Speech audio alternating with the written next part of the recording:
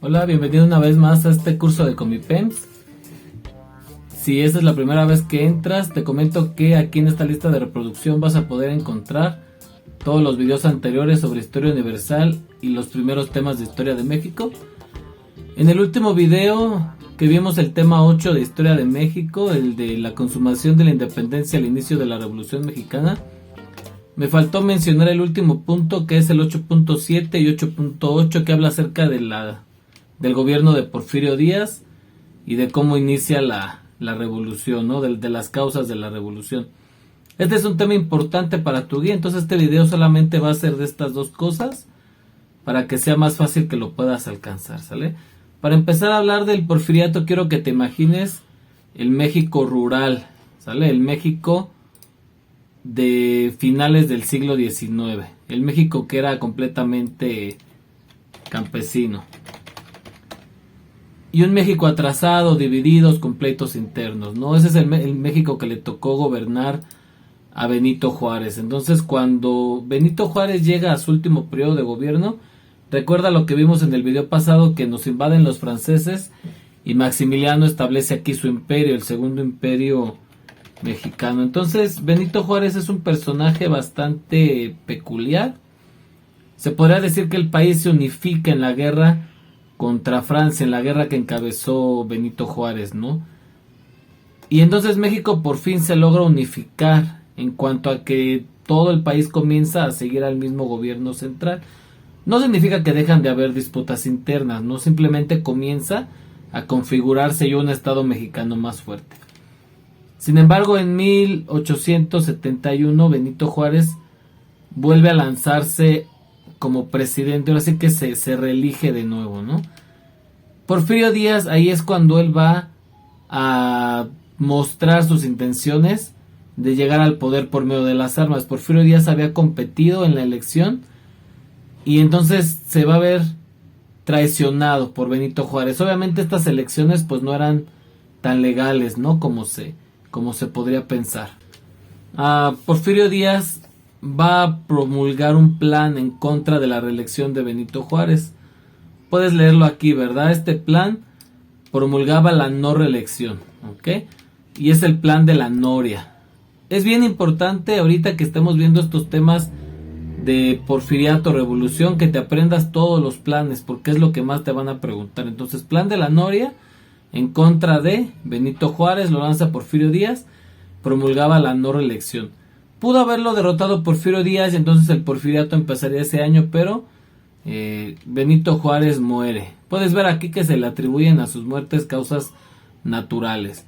A Benito Juárez le va a seguir Lerdo de Tejada, esto ya lo vimos en el video anterior, que él va a asumir la presidencia. Al acabarse este gobierno de Lerdo de Tejada, se va a llevar las elecciones y de nuevo Porfirio Díaz compite a la presidencia.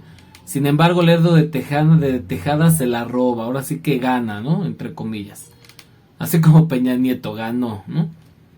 Y entonces Porfirio Díaz va a rebelarse a Lerdo de Tejada por medio del plan de Tuxtepec. Apréndete otro plan.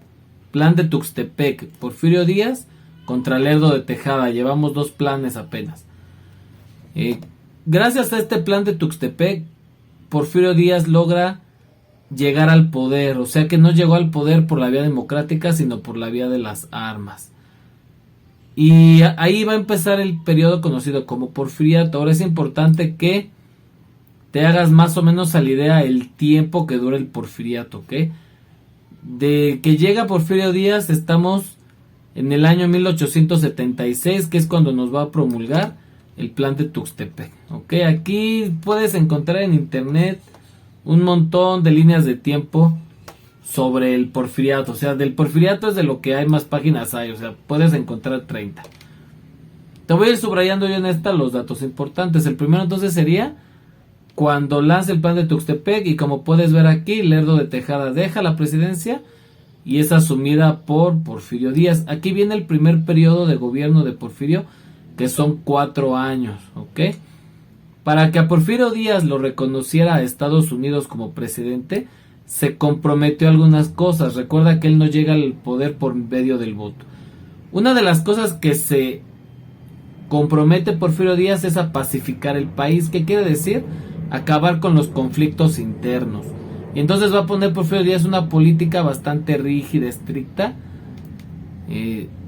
Es en este periodo de gobierno donde usa la frase de mátalos en caliente contra los que eran fieles al Lerdo de Tejada. ¿Qué significaba esta frase de mátalos en caliente?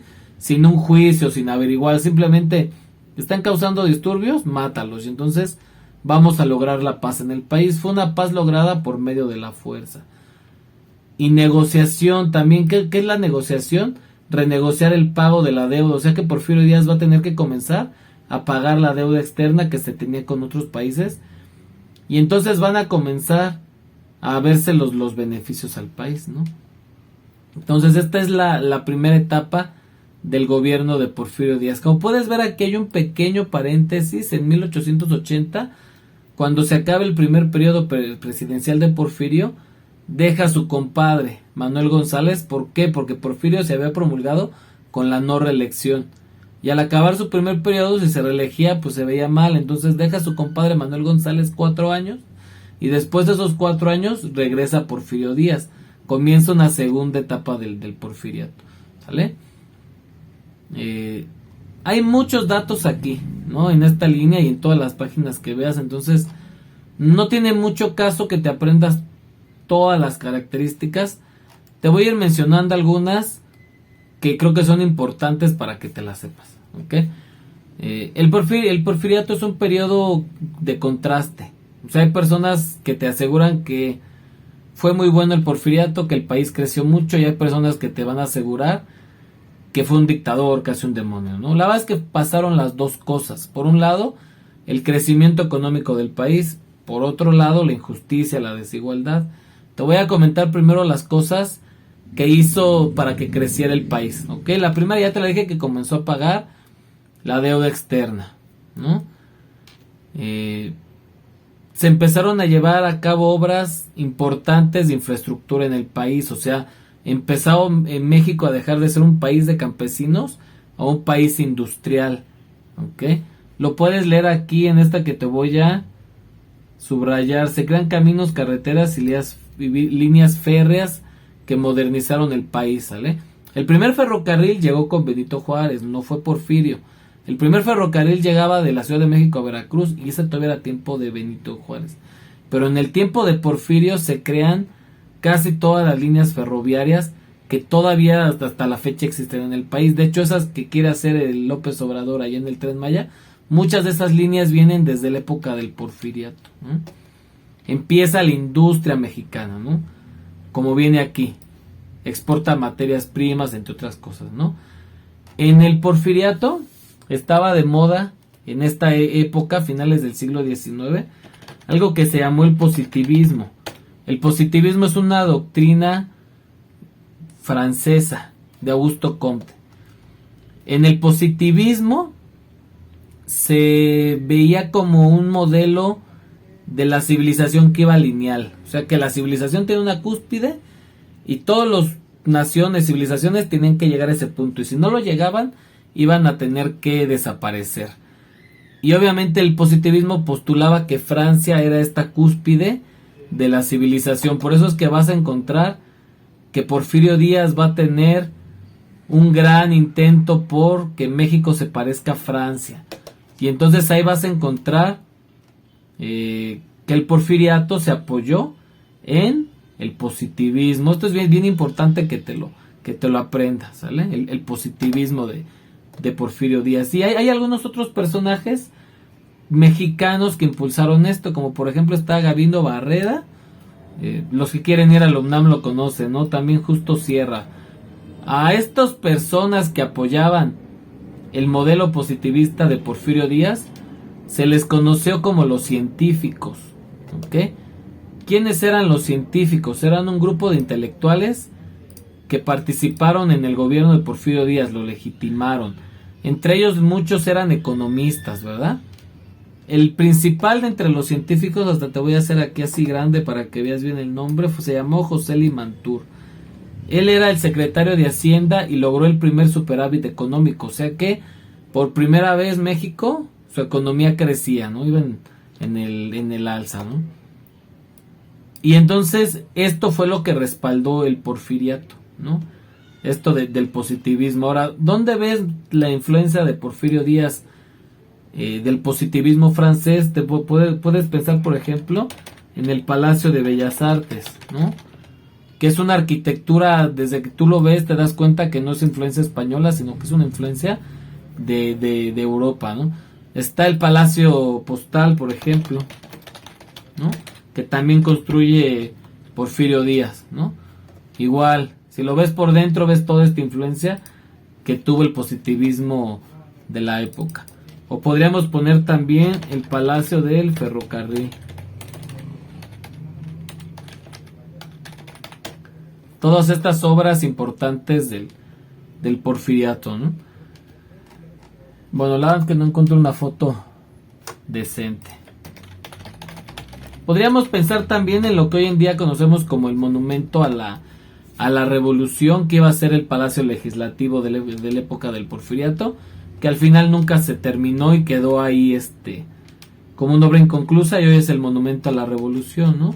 O podríamos pensar también con el Ángel de la Independencia, ¿no? Que se construye ya al final del porfiriato.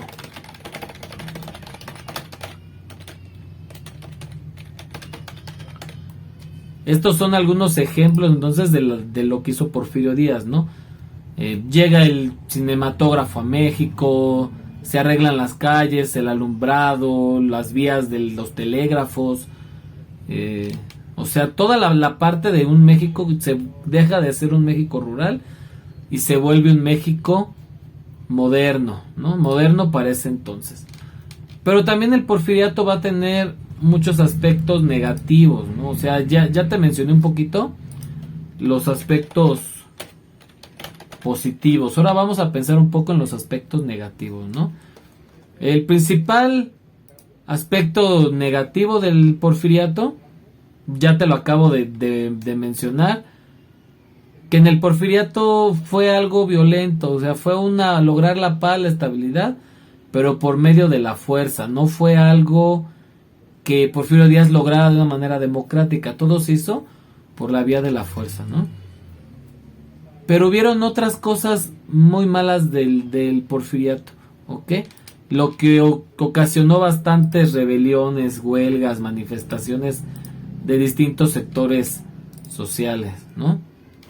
Aquí pues están enumeradas algunas, ¿no? Por ejemplo esta es de las principales, la explotación de los pueblos indígenas. Porfirio Díaz parece ser que odiaba a los indígenas, los veía como un estorbo para el progreso de México. Entonces van a haber algunas guerras contra los indígenas. La guerra más famosa de indígenas contra Porfirio Díaz es la de la guerra del yaqui, ¿no? De los yaquis de allá de Sonora, que entran en una guerra bastante cruel contra el gobierno. Al final muchos de ellos van a ser deportados y los mandan a Yucatán, a los campos de algodón y así, ¿no? Esta es a lo mejor el ejemplo más tangible de lo que fue la crueldad del porfiriato para los indígenas, ¿no? Hay otra, está por ejemplo la masacre de Tomochic y la guerra contra los mayas también. O sea que sí, aquí es algo bastante cuestionable del progreso del porfiriato, ¿no? Podemos ver aquí otra vez que los obreros eran explotados.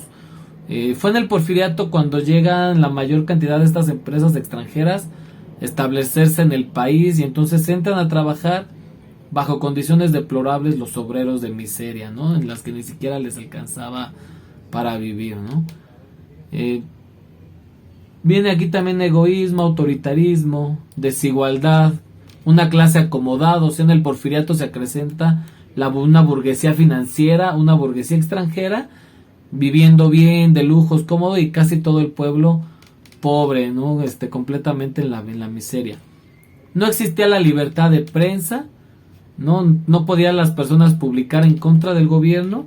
Uno de los principales impulsores de esta prensa eran los hermanos Flores Magón, que dirigieron pues algunos periódicos de oposición contra Porfirio Díaz, ¿no? Me parece que los hermanos Flores Magón no son temas que ves en secundaria, entonces la probabilidad de que te los preguntaran en Comipen pues es baja, ¿no? Pero son una parte importante, ¿no? De cómo hubieron dos periódicos, El Regeneración y El Hijo del Aguizote, en donde expresaban sus ideas. No estaba prohibido comprarlos, incluso podías recibir una multa o ir a la cárcel por comprar un periódico donde escribieran los hermanos Flores Magón, ¿no? Los anarquistas mexicanos. Otra cuestión del porfiriato que creo que es bastante famosa es la de las tiendas de raya, por medio de las cuales se acrecentó la cuestión de los peones aquí en México, ¿no? ¿Qué es lo que pasaba aquí con estas tiendas de raya, no? Los campesinos vivían en una cuestión de miseria tremenda, ¿no? Desde la independencia. Y su vida era trabajar, o sea, todo lo que hacían era trabajar. El salario en las haciendas o en el campo era tan bajo que no les alcanzaba para vivir. O sea, aunque un campesino trabajara de sol a sol, pues no le alcanzaba para vivir, ¿no? Entonces, ¿qué es lo que hacían? Que tenían una tienda, la misma hacienda, ¿no? O sea, el mismo que los explotaba les ponía una tienda en la que ellos llegaban a comprar. Y no les alcanzaba para nada. Entonces, al momento de comprar, se endeudaban. Y contraían una deuda tan grande que se dice con que toda la familia hubiera trabajado 100 años, nunca lo hubieran podido pagar. O sea, eran deudas tremendas, ¿no? Obviamente que todo esto hacía que los trabajadores estuvieran bastante enojados, ¿no? Y quisieran ya terminar con el porfiriato. Vamos llegando al final, a la última parte del porfiriato, cuando ya se sientan las principales bases de la revolución, ¿no? Hubieron algunas huelgas, la huelga de Cananea y la huelga de Río Blanco. Esas yo creo que son las más posibles de que te preguntaran. Son las huelgas famosas de finales de Porfiriato 1906, Cananea y en Sonora. Exigen los trabajadores una mejora salarial, ¿no? De las minas. Y el gobierno de Porfirio Díaz, lejos de apoyarles, permite que los estadounidenses los sigan explotando, ¿no? Incluso interviene el ejército, pero no interviene a favor de los huelguistas, interviene en su contra, ¿no? Entonces, esto de la huelga de Cananea es como el de los principales antecedentes de la revolución, ¿no? La huelga de Río Blanco es un caso muy similar, muy similar, ¿sale? Este es en Veracruz, la de Río Blanco ya sería en Veracruz. Entonces está huelga de Cananea en Sonora y Río Blanco acá en Veracruz, ¿no? Muy similar, si te fijas, de hecho el año está muy pegadito, 1906, 1907, ¿no? Lo mismo, los obreros están en pésimas condiciones laborales, se van a paro, interviene el ejército mexicano no para defender a los obreros, sino para permitir su explotación, ¿no? Incluso el gobierno de Porfirio Díaz, el ejército, atacó a los mismos huelguistas, ¿no? Y serían estos entonces de las principales causas del inicio de la revolución o del fin del porfiriato. Y nos falta ver alguna tal vez, que sería la entrevista a Díaz-Crillman, ¿sale? 1908, Estados Unidos ya estaba preocupado por la situación de México, ¿no? O sea, ya habían así como que señales de alarma. No que Estados Unidos realmente le importara, sino que tantas inversiones tenía en México que necesitaba Estados Unidos garantizar pues la continuidad, ¿no? De su beneficio económico que tenía aquí en el país, ¿no? Eso era lo que le preocupaba a Estados Unidos. Y viene un periodista a entrevistar a Porfirio Díaz en 1908, el periodista James Crillman. Y en esta entrevista Porfirio Díaz va a decir algunas cosas que van a detonar posteriormente el levantamiento armado contra él. Entre las cosas que dijo Porfirio Díaz, una era pues que ya México había madurado y México ya estaba listo para la democracia, ¿no? O sea, eso fue lo una de las más grandes tonterías que dijo Porfirio Díaz. Obviamente que eso era mentira, ¿no? Lo decía Porfirio Díaz pues para quedar bien con los estadounidenses, ¿no? Otra de las mentiras que dijo Porfirio Díaz en la entrevista a Díaz Krillman era que México ya estaba listo entonces para la democracia y que invitaba a los partidos políticos o más bien invitaba a los mexicanos a formar partidos políticos y competir en las próximas elecciones que se celebrarían un año después. Esa fue la siguiente mentira. La última y peor de todas las mentiras es que invitaba a Porfirio Díaz a que se formaran partidos de oposición y que iba a haber una competencia libre en estas elecciones, ¿no? Entonces, esta entrevista fue la gota que derrama el vaso. ¿Por qué? Porque hubieron mexicanos que sí se la creyeron, ¿no? Entonces te repito las tres cosas. México está listo para la democracia, invita pues al pueblo, a las personas a formar partidos y competir en las elecciones, y estas elecciones van a ser libres porque Porfirio Díaz ya va a dejar el poder, ¿no? O sea, eso dijo, va a dejar el poder, entonces formen sus partidos y láncense a la contienda. Y esta es la gota que derramó el vaso. ¿Por qué? Porque hubo un mexicano que se la tomó bastante en serio, ¿no? Ese mexicano fue Francisco I. Madero. Entonces vamos a hablar un poquito ahorita de Francisco I. Madero. Quiero que veas aquí cómo en esta línea de tiempo todo va ligándose, ¿no? Se forma el Partido Liberal Mexicano, el de los Flores Magón. Acababa de pasar la huelga de Cananea, la huelga del Río Blanco. Ya había un antecedente de un partido liberal. Y Francisco I. Madero, entonces, después de esto de la entrevista, Francisco I. Madero forma el Partido Antireeleccionista. Apréndete el nombre, ¿sale? Acuérdate también de la frase de sufragio efectivo, no reelección. Y el libro de la sucesión presidencial, que también es de Madero. Entonces, Madero es un personaje muy peculiar, ¿no?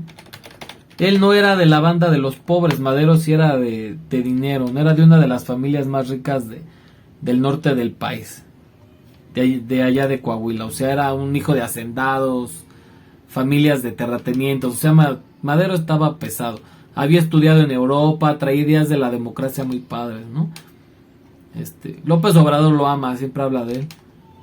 Pero sí tiene un motivo, o sea, la democracia, él le dio un giro a la democracia porque él traía las ideas europeas y las quiso traer aquí a México, ¿no?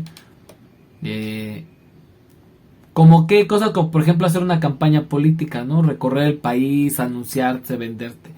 Era obvio que Francisco I. Madero iba a ganar, ¿no? Completamente obvio que Madero iba a ganar las elecciones. Entonces Porfirio Díaz, antes de que se den las elecciones, lo encarcela, ¿no? Se la aplicó Porfirio Díaz. ¿Por qué? Porque dijo, a ver, no te va a dejar ganar, obviamente.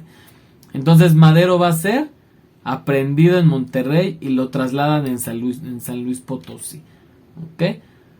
Por eso el plan con el que estalla la revolución es el plan de San Luis. Está Madero en la cárcel, Porfirio Díaz ya no tiene rival, gana las elecciones otra vez, y entonces Francisco I. Madero escapa de la cárcel, se va allá a los Estados Unidos y desde allá promulga el plan de San Luis, ¿no? Y entonces, ¿qué propone el plan? Que se levantaran en armas el día 20 de noviembre. Y así empieza la Revolución Mexicana con el plan de San Luis, ¿no? De los temas de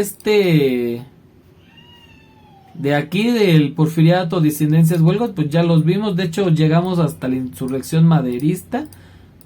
Sin embargo, en el próximo video lo voy a comenzar desde la insurrección maderista y vamos a ver la revolución, ¿sale? Que sería hasta el tema 9.4, ¿ok? Esto va a ser el próximo video. Ya sabes que si tienes dudas déjamelas en los comentarios. Poco a poco voy a ir subiendo algunos ejercicios aquí igual a los comentarios. Todavía faltan 2 mesecitos para que presenten tu examen, entonces ahorita estudia y poco a poco voy a ir subiendo yo estos videos. Y eso sería todo. Adiós.